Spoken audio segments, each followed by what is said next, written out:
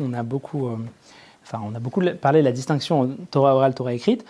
On peut donc imaginer que cette distinction n'est pas hyper claire avant la compilation de la Mishnah. Vous imaginez que si au IIe siècle de notre ère, chez Rabbi Ishmaël ou chez Rabbi Akiva, on étudie sur un rouleau et que on enseigne certes des choses à l'oral, mais à partir de ce qui est écrit dans le rouleau de Torah, ça veut aussi dire que la distinction enseignement écrit, enseignement oral, elle n'est pas forcément hyper claire. Alors, certes, il y a des choses qui se disent à l'oral, mais est-ce qu'on peut dire qu'on a deux Torotes ou deux corpus?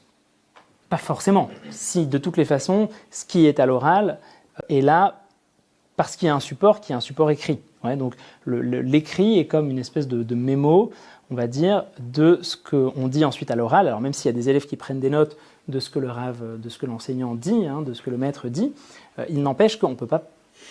C'est peut-être un peu difficile de parler de deux corpus distincts. Ouais.